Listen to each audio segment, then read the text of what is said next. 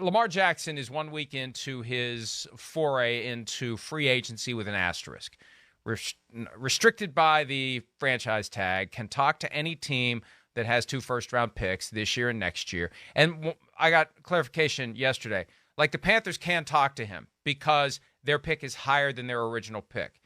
If you don't have your original pick, as long as you have a pick higher than your original pick, you can still talk to him because that's the pick that would go if you sign him to an offer sheet. So the Panthers, even though they don't have the 9th overall pick, they have the 1st overall pick. So if they would sign Lamar Jackson to an offer sheet, the Ravens don't match the 1st overall pick and next year's first-round pick. You know what? They may not have next year's first-round pick because of the trade-up. So that may disqualify them. I hadn't thought about that side of it. Yeah. But you have to have this year's and next year's. This year, it's your original pick or higher to have permission to talk to Lamar Jackson, sign him to an offer sheet, yada, yada. Yesterday after the show ended, I remembered that on Monday I saw from Stephen Holder of ESPN.com an item that the Colts haven't ruled out a run at Lamar Jackson. And that's the smart play. It's glaring this year because for some reason, instead of the default, we keep all options on the table, which is what we usually hear from most teams when it comes to any player who's available. We're not going to foreclose any options. We're going to keep everything in play. We had that parade of teams that were making it known to reporters, I'm out, I'm out, I'm out. Colts aren't out. Doesn't mean they're going to do it, but they are one of the few teams that have a need and that haven't closed the door. And it's significant when you consider all the other teams that went out of their way, Chris, to close the door. I don't know that they're going to do it. And the fact that they added Gardner Minshew hardly forecloses it. His contract is $3.5 million for 1 year. It means That's nothing. low-end backup money. Right. You need a backup. It means nothing. Right. You're not signing him to be your starter. You're signing him to be your backup. He's still on the roster, and Lamar Jackson, I think, would still be in play if they wanted to do it.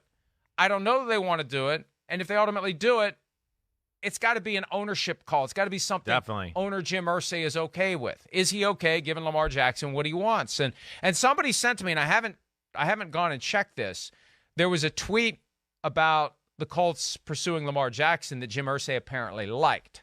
So that, read into that what you will, but they would seem to be one of the teams that should be thinking about it. This perpetual effort to get quarterbacks who are a little bit too old. Here's a guy who's still in his prime. If you're going to go veteran quarterback, makes sense to get a guy who's still in his prime. Yeah, I mean, definitely. Out of all the veteran quarterbacks they've got in the last few years, right, this is the one where you go, okay, well, hey, wait, there actually seems like a legitimate future, and Lamar Jackson, couple him with a guy like Shane Steichen, who we just saw come from Philadelphia and kind of the offense he ran there. He certainly can formulate something around Lamar Jackson that would make sense. So, from that standpoint, that does make sense. And, yeah, the options as far as free agents are out there, there's nobody out there anymore that you're thinking about as a starter. And Lamar's the only guy you're going down that road with now. But where I question it, Mike, and, I got great respect for Stephen Holder and what he does, but I don't know. I don't know if I totally buy in that there's interest there either. I'm going to say that. I haven't heard anything tangible. I think you and I, both know we know a ton of people around football. I haven't heard anything to make me believe that that's going down a road of like a real possibility. Maybe they haven't closed the door. Okay, that's fine, and that's one thing. But, I'm just going to state that right off the bat, that I haven't heard any real tangible evidence or from anybody that I really trust in league circles that the Colts are legitimately thinking about this. And then, I think when you throw into some other factors of, hey, Chris Ballard, he's been burned by veteran quarterbacks. Does he want to do that again? Does Shane Steichen, want to go down the route of, a guy in his prime but lost a step a little bit as a runner, right? Or does he want a blank canvas and get a new quarterback at pick number 4 and, build the team that way? How do they view themselves right now? Are they ready to win right now and go to the Super Bowl? And, hey, screw those 2 first-round picks? Or do they think, hey, wait, we got to build a little bit here and we're not quite there yet? So I think all those things kind of play into the question and how they evaluate this situation. And, yeah, they haven't closed the door, but I have a hard time thinking that they're, legitimately really thinking about signing and making a move with Lamar Jackson, at least right now at this moment, Mike. I am looking at Jim Irsay's likes Yeah. on his Twitter page. Yeah. And 5 or 6 down, there's a tweet from Monday from an account called The Blue Stable. And the tweet says this: the Lamar Jackson sweepstakes has provided lots of discourse to go around. And here's the quote that I guess is from the article. As an undoubtedly quarterback-needy team, the Colts have naturally been discussed as a natural candidate for a deal with Jackson, but should Indianapolis be trying to get Lamar Jackson? That's the tweet that Irsay liked. So is that just – because I will like tweets as just kind of a reminder, like a bookmark. And I know there's a bookmark function. I don't do the bookmark function. I do the like function because then I go to the likes and I scroll down and it's like, oh, that was something I saw that maybe I want to write about. And sometimes I get to it and sometimes I don't. Right. And sometimes people will read into it. Why did you like that tweet about this, that, or the other thing? You like that? No, I just want to remember to write about it. So maybe that's all Irsay did. He wanted to read it later and maybe talk to somebody about it. But regardless, it got the attention of the guy who'd have to make the ultimate decision. Yeah. This is the reality. It's an ownership call on Lamar Jackson. Definitely. It doesn't matter whether your football people want him or don't want him. It helps if they do. But at the end of the day, whether or not an owner wants Lamar Jackson or, more importantly, doesn't want Lamar Jackson is going to be the key here. Because most of them won't want him because most of them don't want to piss off the rest of the league by being the one who does the thing that the league doesn't want them to do, specifically sign a player to a contract that is either fully guaranteed at signing every penny, or even if it's not fully guaranteed all the way to the end, the full guarantee is so high. Right, that who cares? It's that who cares? Right. You throw on a dummy year at the back end Yeah. that's non-guaranteed. Right. Well, it's still $200 million fully guaranteed. It doesn't matter if there's another $100 million that he's never going to earn. So for that reason alone, I can't rule out the Colts. Look, who was the guy in October that was willing to buck the preferences of his owners and speak out about Daniel Snyder? Irsay's the only one. Sure. He's still the only one who has had the willingness to break ranks and speak out against Daniel Snyder. So maybe he's got the willingness to break ranks and do the kind of structure that the Browns did last year. And maybe he could do a deal that isn't fully guaranteed, and he could plausibly say to the world, hey, these guys don't like fully guaranteed contracts. I didn't do a fully guaranteed contract. I mean, yes, it is still the price tag like you're talking about is a real issue, despite, and the things that you kind of hear out there. Oh yeah, no guaranteed contract, but still like a huge guaranteed lump sum of money that would shatter the record book, for what we see in the NFL. So yeah, Irsay's got the guts to do that. Irsay, yeah, he's kind of a wild card with these type of conversations. He might be the type of owner that just says, hey, screw it. Let's make a move and get a quarterback and go from there. But what I just would question, just as if I was the GM or looking, at them a little closer, is just, are they ready? Does it make sense? I almost look at the Colts a little bit, Mike, as like, if I was just sitting there evaluating them as a team that they kind of missed their window the last few years to be like in that Super Bowl conversation. And the Andrew Luck and the quarterback thing messed it up. I feel like now they're kind of in a mold of, hey, yeah, there is no T.Y. Hilton. Paris Campbell's gone. The O-line wasn't the same last year. It's Jonathan Taylor. We don't have a quarterback. Shaq Leonard missed most of the year with a back injury. There's some other aging guys on the defensive side of the football to where I feel like they can't afford to give a guy a groundbreaking contract and then trade away 2 first-round picks with the state of their team either where they're at right now. And I think that would be part of the question or the evaluation of, does it make sense to get Lamar Jackson too? The other thing to remember here, and you consider the fact that the Colts have the 4th overall pick in the draft, what if someone trades up to number 3 with the Cardinals? Yeah. And it goes quarterback, quarterback, quarterback, and those are the 3 guys that they like. And at 4, we don't like any of the guys that are there. We have 3 guys we like, and they're all gone. That's when they either trade out of that spot or use it on somebody else, and then after the draft is when they could pursue Lamar Jackson, giving up 2024 and 2025 first-round picks. Yeah. And I won't be surprised if somebody waits until after the draft to make their move on Lamar Jackson. Now, hovering over all of this, Chris, is the reality that the Ravens, and we haven't really focused on this aspect of it. The Ravens are in position to match. Right. So our team's going to risk going down that road that you're talking about, right? Is that kind of how you're setting this up here a little bit? Yeah.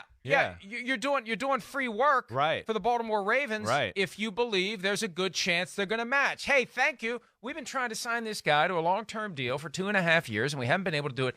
Thank you for getting him to sign an offer sheet. Now we will match it. And if that happens, you get nothing. Yeah, and you're screwed. If you're the team. Right. You get not a damn thing. You provide free negotiating services to another franchise. It's one of the reasons why it doesn't happen very often with restricted free agents. I also think there's a little collusion going on with restricted free agents, but the same thing with a franchise tag player. Offer sheet, you put in all that time, all that effort, you woo him, he signs it, and then the other team says, thank you, we'll take that contract. And that's kind of the weird disconnect here, okay? Are there teams out there that should be happy to give up 2 first-round picks, 2 unproven lottery tickets? Should you be willing to give those up to get a proven commodity at the most important position on the field? And you could make the argument, if you set aside all the other issues, the basic argument, proven commodity versus 2 first-round picks, the answer for a lot of teams would be yes. But the flip side is, would the Ravens take 2 unproven commodities, 2 first-round picks, 1 this year, 1 next year, or even worse, 1 next year, 1 the year after? Would they do that and give up their proven commodity? And I'm not so sure they will. I'm not so sure after all this stuff that's happened, if they would ever get to the point where someone has signed to an offer sheet, I'm not so sure they let him walk. I think that this is just part of that dance to finally get him signed. I agree. Please, somebody else, try to sign this guy. Right. Go ahead. Thank you. Right. Thank you for doing it. Now we have him under contract. I think that was part of the reason, and again, why I know there was people that were mad at the Ravens and disrespectful, but I think that was part of the reason they applied the non-exclusive franchise tag that we talked about. It was a little bit of, we tried to explain this the day after it happened, of exhaustion. And you're saying it right, where they just went, okay, somebody else figure it out. You go out there and figure out if somebody else will pay you close to what, we've offered, or if somebody will pay you more, or if somebody else can get, farther down the road with laying down the framework of this contract a little bit here. So, yeah, I think that was a big part of that, Mike. And I think you're right. They're just sitting there laying in the weeds going, go ahead, test the market. We don't think you're going to get the contract you think you're going to get.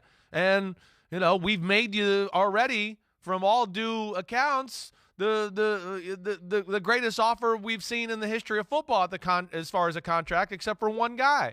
So, yeah, I think there is a little bit of just exasperation and exhaustion in the whole thing, and that was part of this, where everybody ran with the collusion and disrespect to Lamar thing, and I was like, I think you remember at the time, I don't think this is collusion. Nobody wants to give guaranteed contracts. I know there's some sort of collusion there, but I think at the end of the day, it was more of like, hey, we've exhausted all angles here to try to get this done, so let's see if somebody else can figure this out, and then we'll capitalize off of it. I was talking to somebody about this yesterday. The collusion happened last year with the reaction to the Browns' contract with Deshaun Watson. Right. It became clear to all the teams out there that you're going to piss off your partners. You're going to get the cold shoulder at the quarterly collusion meetings if you do this. They knew that before they even did that. This year, right? Right. This year, there are so many factors, including, at the end of the day, I don't want to have to say, no, we're not giving you a fully guaranteed contract. That's just one of the reasons to shy away from him. So if one of multiple reasons to shy away is the thing that there's collusion about, it's a mixture of collusion and non-collusion. It's a mixture of business motivations, one of which is, I'm going to get in trouble with the league if I give this guy a fully guaranteed contract. But I think there's other things, and it's a stew of factors where you just say, not for me. That's great the thing. Player. Right. Would love to have him. Right. If he had an agent, would love to be able to know I can do business with him in the future. I could extend the contract without wondering, can I ever get this guy to focus and negotiate and agree with me? So I think it's a lot of factors, but there is that poison of collusion from last year that infects the overall mindset this year. So it's not straight line, right? But it's there. Yeah, it's there. It's there. And to just jump off of what you said too. I mean, even before Jimmy Haslam gave Deshaun Watson that contract, that was already a known no in NFL circles for the most part. I mean, everybody knew that that's not where the league wanted to go. Coaches, players, they all knew that that's the owners weren't willing to do those contracts. This just kind of, shed a spotlight on it. And, of course, it was a weird look with the Deshaun Watson circumstances and everything that was going on. You're going, wait, we're going to break the bank and all the NFL, contract, what we know about them, for Deshaun Watson in this moment right there. That's what the odd part is. But, yeah, this is where the Lamar Jackson conversation is really interesting, and it's hard to figure it out. And like you said, Mike, I think that's the proper word there. It's a stew. Because, okay, let's break it down. The positives. We know he's awesome. He's still unbelievable backyard football player that way, off-schedule type plays. He still is, one of the top running quarterbacks in football. I think we both agree, and most people would agree. I think he's not the top anymore. Justin Fields has the mantle there. He has an elite arm. I mean, his arm's elite, right? Now, and he can make any throw in the book, different releases, all of that. And he can play in the pocket. Now, the negatives are, wait, how good can he play in the pocket? They've set this offense around the run game. And then, okay, he's been hurt the last 2 years. He wants a groundbreaking contract like you've talked about. Hasn't played in December. Has lost a step a little bit, right, that way. People, for whatever reason, I'm not one of them, but they question about, can he make an offense work if he has weapons around him and, throws in the pocket? I think so, but I think these are still questions that a lot of people in the NFL have. So I'm just trying to lay out the positives and negatives a little bit for people to where, again, where I think people are a little confused by the conversation and hopefully trying to explain how, like, he's viewed in the league a little bit, from people I talk to and people around the NFL. And he doesn't have an agent. He's difficult exactly to that too. negotiate with. At right. some point, you're going to have to talk to him about something, and you're not going to be able to get anything done. Exactly. You want to inherit the issues and headaches the Ravens have had the last 2 years. Right. The other reason that we need to take seriously the possibility of the Ravens matching. Yeah. You have to have enough cap space in order to absorb the Lamar Jackson contract. And if it's going to have 3, 4, 5 years of full guarantees at signing, there are rules that apply to what the cap charge, what the payout needs to be year 1, year 2, year 3, year 4, etc. The Ravens are sitting on $32.4 million in extra cap space for Lamar Jackson right now. Yeah. They have to have $32.4 for his contract.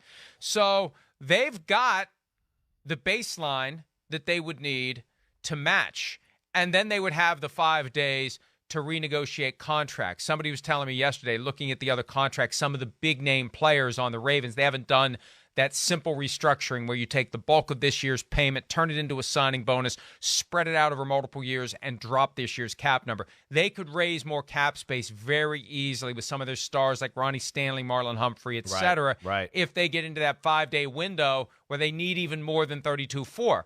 And when you look at who's got $32.4 or more, when you look at who's got at least 25, because somebody told me not long ago, 25 is kind of the magic number to make this work for this year. There aren't many teams out there in position to do it. That's another reason. That's another factor for sure. It's not easy to make it happen where you can even sign him to an offer sheet, and then you don't know that you're going to get him. And that's the other side of it too. Like I've said, and I think you agree with me, the Lions, Lamar Jackson fits the Lions' current approach to football better than Jared Goff. But you know what? Here's what happens. You can't do it secretly. You sign him to an offer sheet, and everybody knows. Yeah. Jared Goff's going to know. We signed Lamar Jackson to an offer sheet, i.e., we no longer have faith in Jared Goff. And then the Ravens match it. Right. And you come out worse. It goes beyond just giving free negotiating services to the Ravens. You ruin your own team. Now, you've Baker Mayfield. Yeah, exactly. Jared Goff. Exactly right. You got a guy that's going to be pissed off at you like Mayfield was last year with the Browns and Matt Ryan with the Falcons. We don't talk about that because the Falcons got lucky to dump Matt Ryan when they did, all due respect. Yeah. But Deshaun Watson's pursuit ruined the relationship between two franchise quarterbacks or potential franchise quarterbacks and their franchises. Now, one of them got Deshaun Watson, the other one didn't. And They had to trade Matt Ryan in the aftermath of pursuing Deshaun Watson. So that's the other reason. That's another factor in this stew. It definitely this cautionary stew to not pursue Lamar Jackson, especially if you currently have a guy who's good but not as good as Lamar Jackson. Yeah, there's definitely that aspect. I'm glad you buttoned up a few of the things I was trying to explain there too. And then the money thing is where I did want to go, because I think there's certain teams that, again, they didn't expect to be. Oh wait, he's free and all of this, and it's gone. It's too far. It's too long down the road here now to where they've already allotted money in certain places, and maybe they could figure out a way to sign Lamar Jackson, but it would ruin their football team. I hear people out there, there's been people, the 49ers. I heard that a lot over the last week, right? Because of Brock Purdy's injury and all that. But, I mean, the 49ers are who they are because they don't have a quarterback they're paying that huge price tag to. And, just knowing, talking to my friend Kyle Shanahan over the last year, they already, like you've explained, they're kind of already like down the road of, wait, we got guys signed up and we got Nick Bosa on the radar and we kind of know what we're going to do to formulate our plan here as we go forward. Oh, wait, we got to sign Lamar Jackson? Whoa, we got to blow that up, blow that up, and all of a sudden everything's out the door, and let alone your salary cap and all that's in and shambles as far as trying to figure it out. That's why it's a little far down the road, and that's where the no agent and all of those things are coming back to hurt Lamar Jackson in this conversation, let alone all the things we've talked about. He doesn't have a hype man out there or anybody to sell him to the public, the media, other teams, the GMs, all of that. It's all hurting Lamar Jackson, and it hurts my heart for him, when I talk about it and say it out loud. By the way, I appreciate the sound effects. You're not quite Michael Winslow yet, but I do like a good sound effect from time to time. Thank you. The 49ers, there's some speculation, some rumor gurgling around that Kirk Cousins next year is on the radar for Kyle Shanahan. Because Cousins deal in Minnesota. He's a free agent next year, and they can't tag him. He's walking out the door potentially to the highest bidder, and Cousins could finally reunite with Kyle Shanahan. And apparently there was chatter at the Combine. I heard from an executive with the team yesterday, not that we heard it when we were there, but apparently there was some chatter about Cousins maybe being traded to San Francisco this year, although now that they have Sam Darnold, I doubt that that's going to happen. But the Vikings are a team. When you look at the betting odds for Lamar Jackson's next destination, they're mentioned in that short list. You can't just go out and sign Lamar Jackson to an offer sheet unless you have gotten rid of Kirk Cousins first. Definitely. You need that cap space. Right. You can't have both guys on your team. So you get rid of Kirk Cousins, you make the play for Lamar Jackson, and the Ravens match, and your starting quarterback is Nick Mullins. Yeah. That doesn't work if you're the Vikings. Right. So it's just another real complication. I'm not making excuses to the extent that collusion is infecting the mindset, right. But there are other practical consequences that we've never had to consider because this doesn't happen, where MVP player, franchise tagged, but available to talk to other teams, so other teams go through these machinations of what it's going to take to make it work. Yeah. It's not an easy needle to thread, and it could potentially blow up on you if you try to do it. Hi, I'm Mike Tirico, and thanks for watching. Make sure to hit subscribe for the latest news and highlights from NBC Sports.